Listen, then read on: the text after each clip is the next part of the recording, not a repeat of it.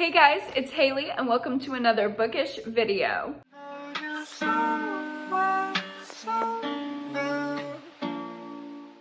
So today we are getting into the highly anticipated best books of 2021. These are gonna be my top 20 books, where if you take any recommendations from me, these are gonna be the ones.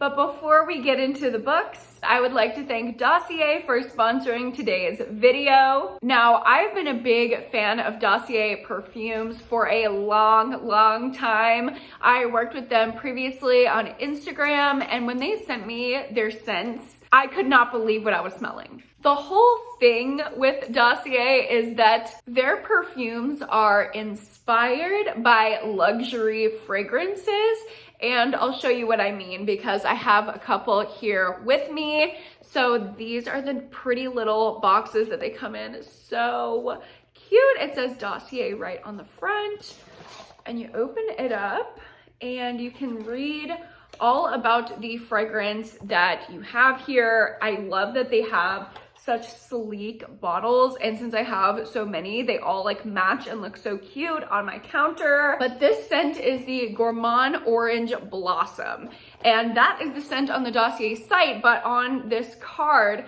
it says it's inspired by Lancôme La Vie est Belle, which if you smelled that, you know it smells so good. This is one of my mom's favorite scents, and she smelled it so many times in Ulta, and she's like, it's just so expensive, like I cannot bring myself to do it. And I was like, girl, Dossier, they'll hook you up. Their prices are so affordable, from like $30 to $40 to $50 for a luxury scent, and it lasts forever. All of their perfumes are vegan. They don't test on animals, which is lovely. They're just a really great company. So if you've been wanting a luxury fragrance, but you don't want to pay the luxury price, definitely check out Dossier. They're super affordable, and use my link down below. As always, I'll show you the couple that I got for this video.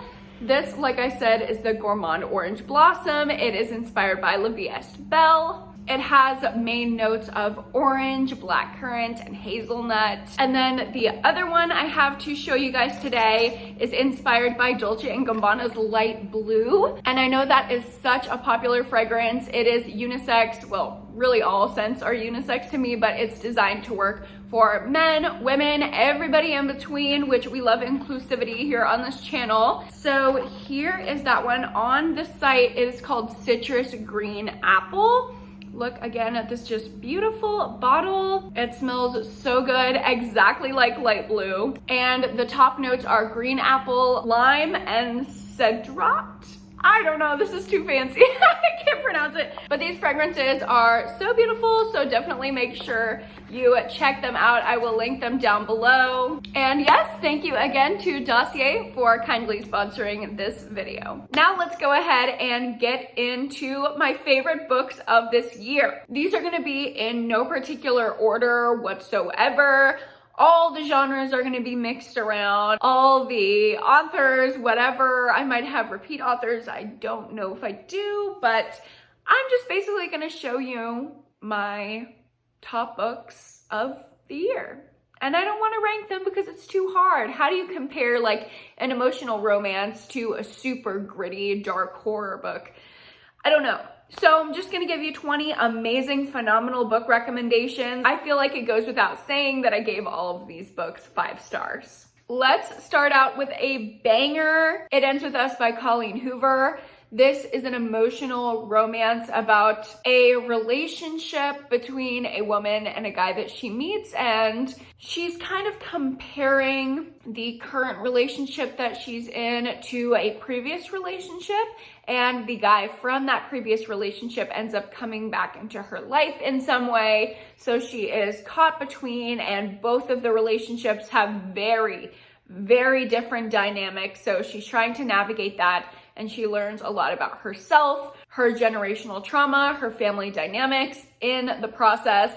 I was bawling reading this book. I feel like this book changed the way that I look at relationships and that I look at people. And as a therapist, that's really, really important for me when a book impacts me in that way and affects the way that I see human nature. I actually have an entire hour-long live show that I did with one of my colleagues who is actually a couples therapist where we discussed this book. If you missed it, I will link it, but this is definitely my favorite romance of 2021. Next up, I have kind of a surprising pick. I would have never thought that there would be a fantasy book in my top 20 books of 2021, but here we are with The Night Circus. This is by far my favorite fantasy book that I've ever read, the only one that I've ever given 5 stars. I freaking love it. It follows a man and a woman from when they're young to when they are older and mid-20s, like established in their careers. And they're both magician-ish people. Really, they're circus performers and they're in a competition with each other, but they don't quite know exactly what the competition is, and neither does the reader. You're kind of finding out along with them what it entails, but along the way, not only do they compete, but they fall in love, and there's just so much great atmosphere, great magic. I felt magical when I was reading this book. It was just so perfect. The whole journey of it was perfect. The writing is beautiful. I absolutely loved it. And if you're not a fantasy reader, I still think this could work for you. I'm not a fantasy lover, and it definitely worked for me. I also read this in a vlog, so again, if you want like full in-depth thoughts, I will link it. Next up, we have my favorite summer read that I read this year, Two Truths and a Lie by Meg Mitchell-Moore. To me, this is the perfect summer book. Absolutely perfect, no questions. No ands, buts, ors, whatever that phrase is about it. This is like part domestic mystery and part romance, but mostly a suburban contemporary where this new family moves into the suburb. They don't know exactly how they're going to be accepted because they have kind of a dicey past, but they're all trying to fit in, and we get different perspectives from different people in the community as they are trying to kind of integrate themselves. This book made me cry. It is so much more than just like another trashy thriller. Somehow these characters feel really, really real, and I really cared for them.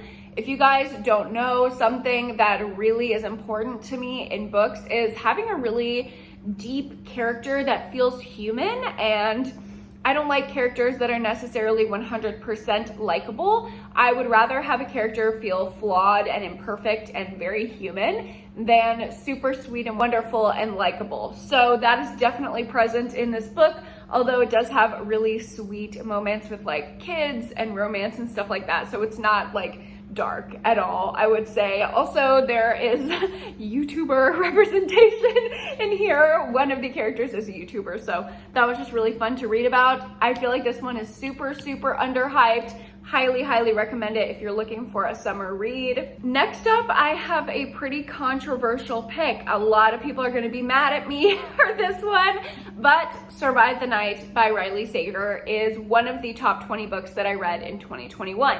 I know a lot of people gave this 1 star. I know a lot of people gave this 2 stars. I feel like those people just don't understand the genius that is this book. Either I'm reading way, way, way too much into this and giving Riley Sager way too much credit, or he's an actual genius and his writing is just going over everybody's head. But I'll explain what I mean after I give you the synopsis. So this is a thriller. It's very fast paced. It all happens in one night. We're following this girl who's trying to hitch a ride home for the holidays from college, and she ends up in the car with who she thinks is the campus killer. Also, an additional element is that her roommate and really close friend was killed by the campus killer. So she has that kind of complicating factor in there. Something that a lot of people don't like about this book is that it does have a very unreliable narrator. She has a lot of mental health struggles, as you would expect. She has PTSD, and she's actively grieving for her friend who was murdered recently. Why would she not have mental health problems? And she is also actively dissociating, which is a very common trauma symptom. So she's not quite sure which experiences that she's having are real and which are dissociative or hallucinations. And I think everyone who is criticizing this book and saying that the main character is dumb, that she's stupid, that you were yelling at her the whole time, and all the events were just her fault because she was so stupid and she could have gotten out of that mess. I want you to think about the way that you're talking about this character. And I also want you to hear the commentary that's going on in this book. It talks a lot about how the circumstances around her roommate's murder, our main character feels guilty for not walking home with her. She was walking alone. She was scantily clad in like club going clothes. And there was a lot of blame placed on the victim for the choices that she made that ended up leading to her getting murdered by the campus killer. And I want you to hear the language that people in this book talk about referring to the murdered character, the victim, and the way that you're talking about our main character who could have been a victim herself as well. And just see if there's a parallel there, because I think this book does everything in its power to infuriate you and turn you against our main character and try to get you to blame her for the situation that she's in. But it's very important to remember that that's what this book is calling attention to. No victim of any crime by a man, especially a young little girl, is her fault. She's not at fault for that ever. So if you're talking about that in a review, maybe just hear what the book is saying. That's all I'm going to say without giving spoilers. Next, let's dive back into romance with It Happened One Summer by Tessa Bailey. This is another one of my favorite romances that I read this year. It is steamy, steamy, steamy. If you like smut, you will love this book. It's also inspired by Schitt's Creek, so if you like that show, you will love this romance. Our main character is super rich, super prissy party girl, and her stepdad tells her one day, you gotta stop this lifestyle, you have to grow up, and sends her to the fishing town where her biological dad used to live and work and where he grew up. And her and her sister have to kind of redo the property that he owns there and kind of give themselves some stability and work for themselves, which they've never had to do before. And while they're there, they meet these gruff, kind of rough and tumble fishermen. And it is just a super cute romance. It has a lot of great, healthy communication and healthy relationship representation and a lot of great sex, so I highly recommend it. Another one of my favorites this year is The Girl in 6E by A.R. Torre. I was definitely on an A.R. Torre kick in 2021. She became one of my favorite authors ever, and The Girl in 6E series is definitely my favorite of hers. We are following a cam girl who is a self-described sociopath. She feels that if she leaves her house, she will murder everyone she comes into contact with, and she won't be able to stop that impulse. So she locks herself in her apartment and simply lives there. She cams online, so she's able to completely live in this apartment. Her neighbor locks her in there. She can't get out. But one day something happens online that makes her concerned, and she feels like she might have to leave the apartment. This is part intense graphic thriller, part dark comedy, I would say, and part erotica, suspenseful romance kind of a thing, because there is a romantic subplot in this book. This is just everything that I would want in a book, honestly. I feel like it is so perfect, and I'm so happy that I discovered this, and I didn't listen to all the people that were rating this 1 star because I absolutely fucking loved this book, and I will read everything that A.R. Torre writes because of it. Let's just go ahead and dive into another heavy hitter. My favorite horror book that I read in all of 2021 was Brother by Anya Alborn. This follows a little boy who is kidnapped by a cannibalistic family and raised by them, and he's kind of growing up and deciding, does he want to carry on this murderous legacy that his family has set for him, or does he want to break away from them? Tackles a lot of generational trauma within this background of a very exciting, fast-paced horror that keeps you on the edge of your seat and is really, really gruesome. There's a lot of trigger warnings for this book, So just make sure to look them up, as you should for almost every book I talk about, because there are trigger warnings in many books, especially thrillers and horror.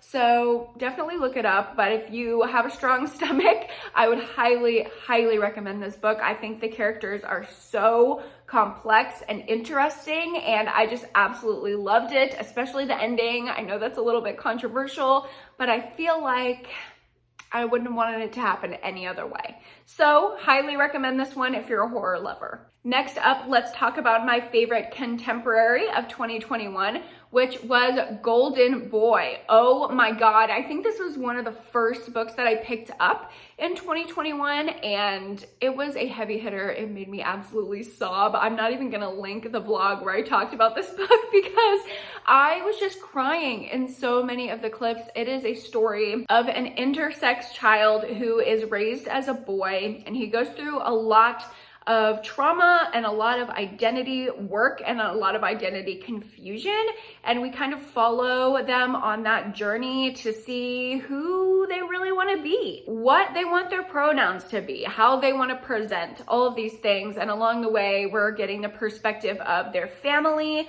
We're seeing the generational trauma. Can you tell that I like really intricate family dynamics in my books?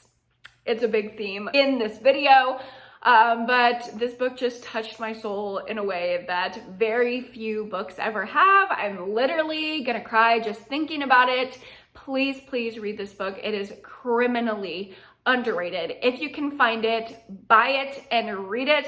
Support this author because this is a masterpiece. Another one of my favorites of 2021 is a recent read, They Never Learn by Lane Fargo. This is a serial killer POV thriller with LGBT rep, and it basically follows two perspectives. This murderous professor who works at this college and takes out all of the men who have done bad things and really deserve to be murdered. And then we're also following the perspective of a student at the school, and we see how they eventually converge. There's a lot of morally grayness going on here, and it was really fun to follow a serial killer perspective. These twists blew my mind.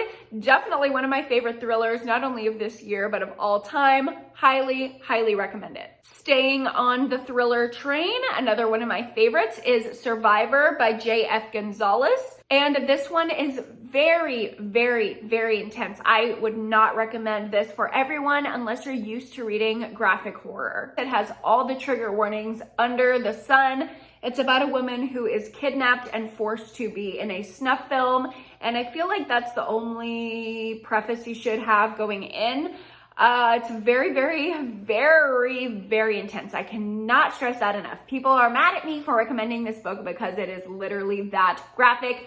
Do not read it unless you like graphic books. I feel like that goes without saying, but people got mad, so apparently I need to say that. I think it is very, very, very hard to scare me. I rarely get scared, and I consume a lot of horror content, but this is one that did it for me. I was terrified reading this book, and I'm an adrenaline junkie. I love being scared, so that's why this is one of my favorites. If you are like me and you're hard to scare, this one will definitely do it for you. Another very, very intense one with lots of trigger warnings is Take It Back by Kia Abdullah. This one is another one that I feel like is criminally underrated. Y'all need to pick it up. Take this recommendation, but of course, only if you can handle it with the trigger warnings. It follows a victim's advocate, and she has a girl come into her office saying that she was gang raped by a group of Muslim boys, and she's a Muslim woman herself, so it's very hard for her to kind of go against her community and support this white girl who is an alleged victim. And kind of go after these boys that are in her neighborhood, in her community. Her family has a lot of problems with that. And there's just a lot of complicating factors, but I think this book was really, really well done and pays a lot of attention to the sensitivity and the commentary, but definitely delivers on the twists and the thrills as well. And that balance I feel like is really, really hard to do, and Kia Abdullah just does it beautifully. Next up, let's talk about a teeny, teeny, tiny novella that is one of my favorites of the year, The Grown Up by Gillian Flynn. This is the only piece of work that I hadn't read by Gillian Flynn, but it follows the pattern of the rest of her work, which is, I'm absolutely in love with it and obsessed with it. It was an easy 5-star. This was one of the most fun journeys that I went on this year in a book. On the back, it says, You like ghost stories? and yeah, if you do, you'll love this one.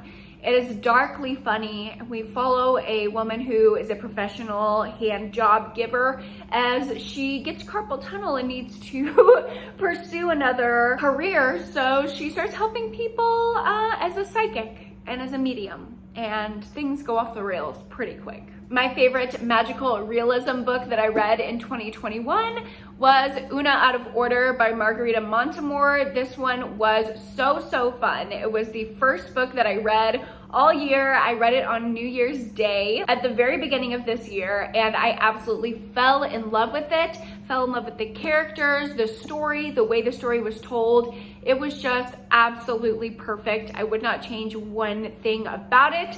It is kind of a historical fiction, but it has a lot of time travel. So some things take place in the 70s, 80s, 90s, and then some things are taking place in the very near future, like the 2030s, 2040s, because our main character, Una, lives her life out of order. Every birthday, she passes out, wakes up, and she's in a new year of her life. So she could wake up and be 33, then the next year wake up and be 78. She never really knows what she's gonna get, and she has to kind of rely on her past self guiding herself through each year of her life. It is touching, it's emotional, it's funny, it's such a good time. I feel like this is an emotional, feel-good book, but it also had some really shocking reveals in it as well. Another pretty emotional read that made it into my top 20 of the year is The Midnight Library by Matt Haig. This was one of my most anticipated books of 2020. Finally got around to it in 2021, and I'm happy to report it did not disappoint. This is another kind of magical realism kind of concept where this woman is considering committing suicide, and she gets transported into the Midnight Library where you can open a book and see all of your regrets and the way that they would have played out if you would have made a different decision. So she's kind of reliving all these different versions of her life, and we get to see what she learns about herself as she goes on this journey. It's really beautiful. I absolutely loved it. But again, this is not one you're gonna wanna read if you're in a bad place mental health wise. So look at the trigger warnings, please. My favorite historical fiction of 2021 was Malibu Rising. Easily. I mean, so easily. I read this book in a day. It takes place over the course of a night, so it's very fast paced. But somehow in that short amount of time, you get so attached to the characters.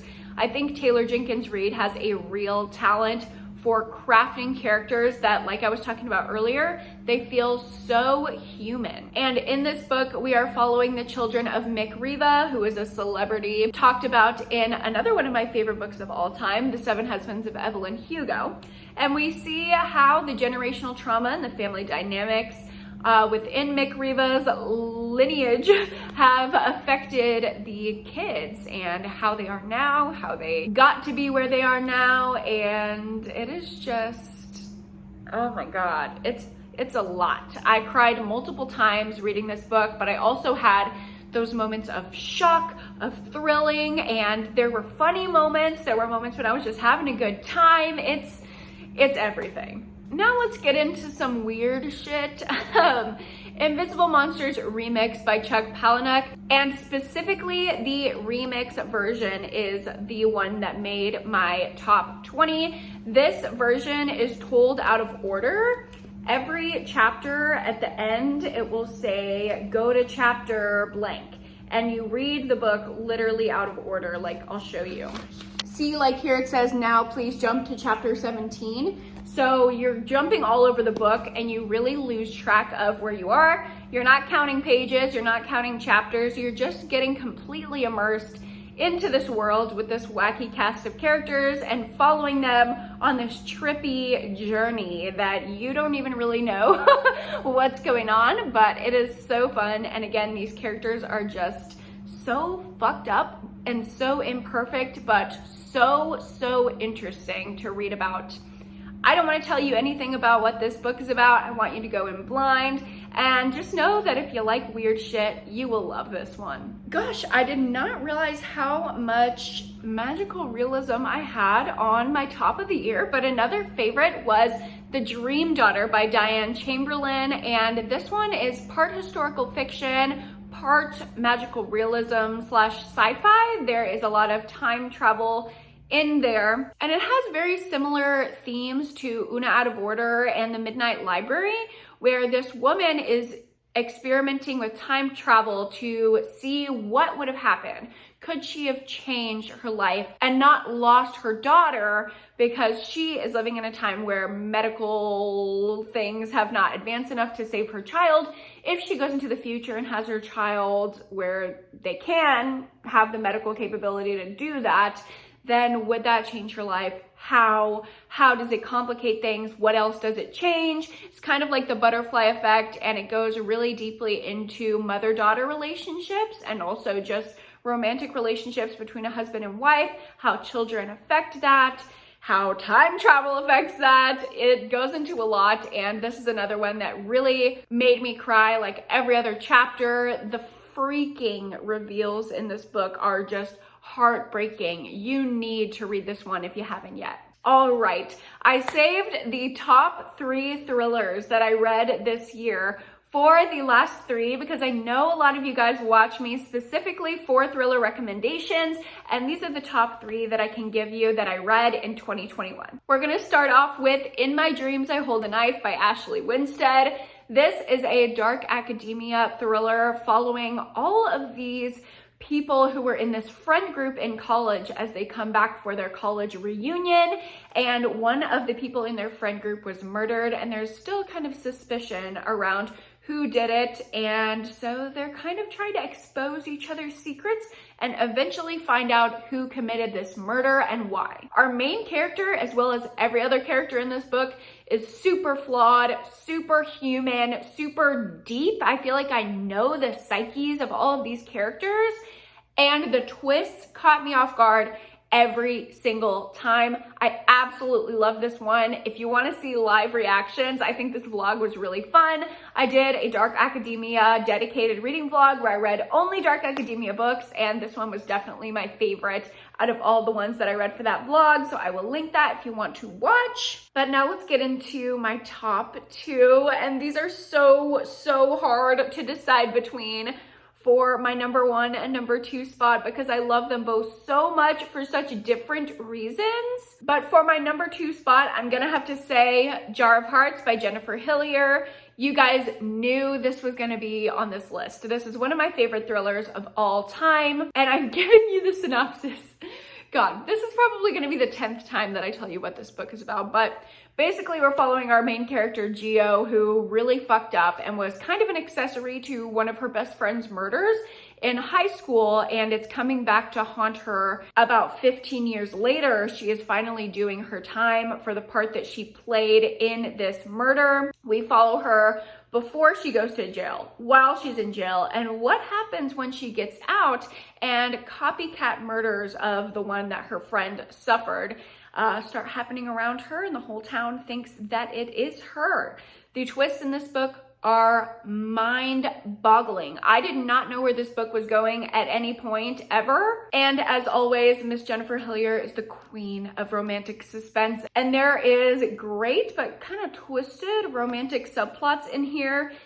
But nevertheless, it is so good. Again, this is one that's very graphic, tons and tons and tons of trigger warnings. So make sure you're in the right headspace before you pick this one up. But I've talked about this one to death. You guys know. It's easily one of my favorites of the year. And can I get a drum roll, please, for my best book of 2021? The Night She Disappeared by Lisa Jewell. My queen, my absolute queen. For the past 3 years, Lisa Jewell's new release has been in my top 20 favorite books of the year that I read them, and this year is no exception. And this year, Lisa, my queen, took the top spot. This is my perfect thriller, dare I say. It has everything that I love. An investigation into a missing woman, really fucked up and intricate family dynamics and generational trauma, really in-depth character analysis about the flaws that each person has. All of these characters are imperfect. There's nobody that's 100% likable. Super shocking twist that just blew my mind. Amazing LGBT representation. I mean, what else could I ask for? It's set in the UK, in like this little domestic suburb that feels like a little bit isolated, but a little bit homey, but a little bit cutesy. Like, oh, the setting, the characters, the plot, everything is perfect in this book. Lisa Jewell does not miss, and she definitely won my heart with this one. I am so ecstatic to be recommending this as my favorite book of 2021. Please go pick it up if you haven't yet and you're a fan of British domestic thrillers. You're gonna love this one. If you're a fan of missing people thrillers, you're gonna love this one. If you like books that have the same character dynamics that I've been talking about, you're gonna love this one. You really just can't go wrong with it. And with that, those are my top 20 books of 2021. I hope you guys got some good recommendations from this video. Hopefully you haven't already read them all. I know I've been recommending all of these out the ass all fucking year, but if you haven't heard of them or if this is your first time watching my channel, here you go. 20 phenomenal book recommendations. Thank you guys so much for watching this video, and thank you again to Dossier for kindly sponsoring this video, and I will see you guys in my next one. Bye!